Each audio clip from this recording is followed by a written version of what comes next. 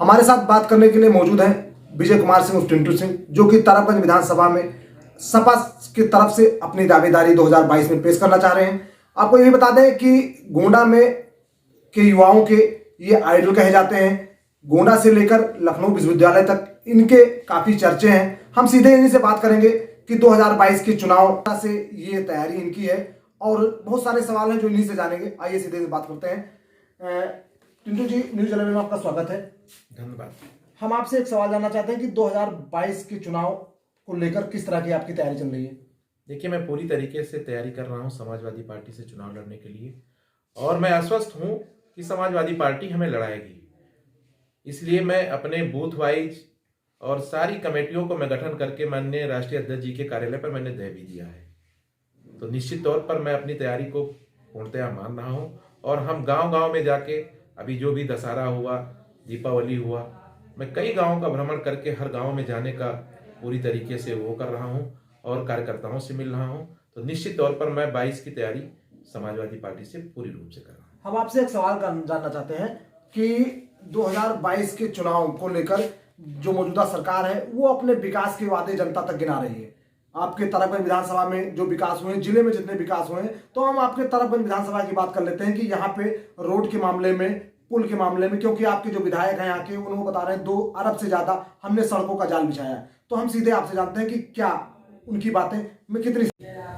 हम किसी का नाम तो नहीं लेना चाहते हैं, लेकिन जो समाजवादी पार्टी में विकास हुआ था, समाजवादी पार्टी में कार्य हुआ था, उसी का फीता कट रहा था। आज तरफगंज विधानसभा में यदि किसी भी जगह पे एक बड़ा पुल बना हो तो मैं कह सकता हूं कि भारतीय जनता पार्टी ने विकास किया है। आप एक चीज ये जान लीजिए, यहाँ के जो भी प्रतिनिधि हैं, अब कैसे कह रहे हैं हम नहीं कह सकते हैं इन चीजों को, लेकिन निश्चित तौर पर अखिलेश यादव का जब सरकार रहा और अखिलेश यादव जब इस उत्तर प्रदेश के मुख्यमंत्री रहे तो विकास की एक धारा बही। आप देख रहे हैं, हमने 23 महीना में आगरा एक्सप्रेस बना के दिखा दिया, हमने सड़कें दिया। आपके इसी विधानसभा में 9 पुल का निर्माण हुआ था जब उत्तर प्रदेश के मुख्यमंत्री अखिलेश यादव थे, भारतीय जनता पार्टी के मुख्यमंत्री। और यहाँ के जनप्रतिनिधि लोग बता दें कि एक पुल का निर्माण हुआ हो इस विधानसभा में तो मैं राजनीति करना बंद कर दूंगा।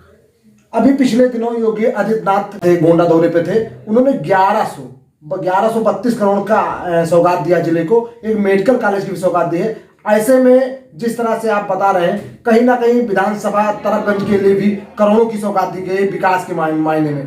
क्या मान लें कि जो वो सौगात दे रहे हैं वो पूरी तरह हवा हवाई है?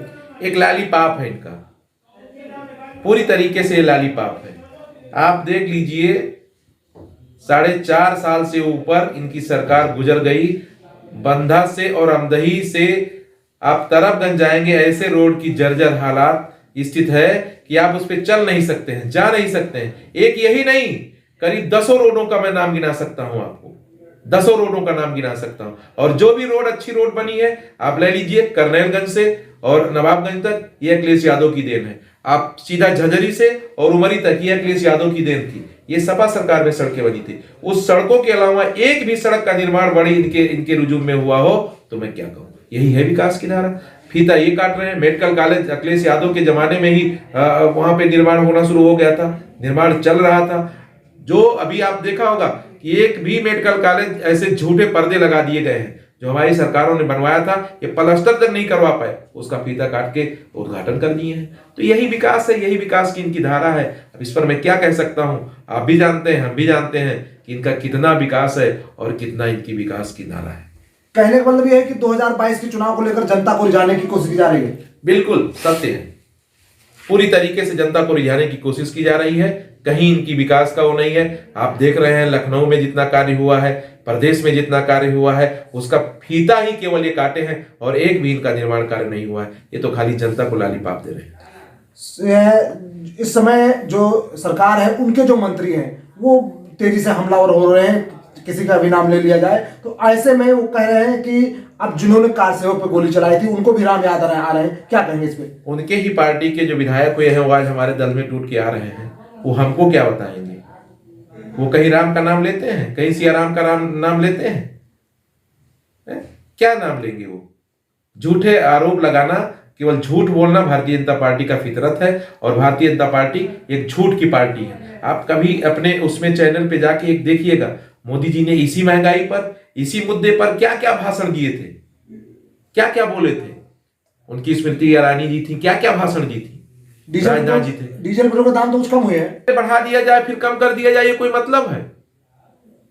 क्या कम हुआ? आज भी 100 कुछ रुपए में पेट्रोल मिल रहा है, 87-88 रुपए में डीजल मिल रहा है, क्या कम हुआ है? अरे जनता पूरी तरीके से त्रस्त हो चुकी है, इनके क्रियाकलाप से जनता ध्वस्त हो चुकी है। महंगाई एक फैक्टर है जो कि 2022 में कुछ असर करेगा नहीं करेगा? महंगाई पूरी तरीके से इनको ध्वस्त करे, महंगाई ही नहीं, इनकी हर व्यवस्था को जनता नकार चुकी है। महंगाई तो इनको खा लेगी, पूरी तरीके से जनता इनको खा लेगी। कानून व्यवस्था के बारे में कैसा कहेंगे? सरकार में क्या व्यवस्था थी कानून? कोई कानून व्यवस्था इनके सरकार में नहीं है। यदि इनके ही शहर में, माननीय मुख्यमंत्री के शहर में कोई व्यापारी घूमने जाए, उसकी हत्या हो जाए, अब इससे बड़ा उदाहरण क्या हो सकता है? और इससे बड़ा उदाहरण हो क्या सकता है? बहन बेटियों की इज्जत सुरक्षित नहीं है। बहन बेटी जाती है वोट डालने तो उसको पकड़ के घसीट लिया जाता है। ये हमारे किसान भाई इनके मंत्री से बात करने के लिए जाते हैं तो गाड़ी चढ़ा दी जाती है। तो क्या कानून व्यवस्था? आज भी इनका मंत्री घूम रहा है, तो कोई कानून व्यवस्था नहीं है। इनकी सरकार इस कानून व्यवस्था पे पूरी तरीके से निकम्मी और नकारा साबित हुई है। 2022 कैसा रहेगा आपका? 2022 में समाजवादी पार्टी की सरकार बनेगी, प्रचंड बहुमत के साथ उत्तर प्रदेश के मुख्यमंत्री अखिलेश यादव बनेंगे और लगभग 351 से ऊपर हम लोग सीटें पाएंगे।